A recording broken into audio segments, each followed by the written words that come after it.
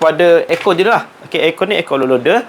Okey, dia customer tu minta dia nak buat yang macam ni, macam tu. Yang ada ni bukan mesin padi, adalah untuk, tapi kita bayangkanlah ni mesin padi. Selalunya yang depan dia tu dia akan duduk dekat sini. Okey. Assalamualaikum semua dan selamat kembali ke channel Hairi Model. So kat depan saya ni, okey, seperti yang kita janjikan, tahun ni akan ada ekor baru. Yang ni belikan entahlah fully baru, tapi kita ada tambah sikit lah kat belakang ni, nampak? Kat belakang tu boleh pusing-pusing. Dan ini kita boleh katakan ekor baru untuk skala 132. Yang ini untuk skala 132 lah.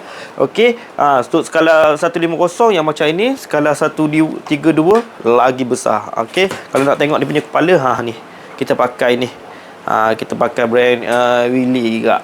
Okey, ni 150, ini 132. So memang sangat besar. Okey. So kita fokus kepada ekor je lah. Okey, ekor ni ekor loader.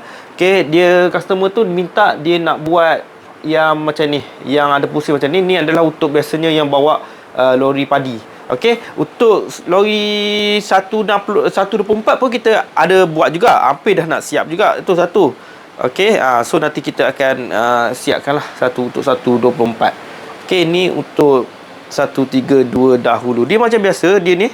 Untuk 132 ni pun, loader ni pun dia boleh cabut kat depan ni. Okey, depan ni dia boleh cabut juga.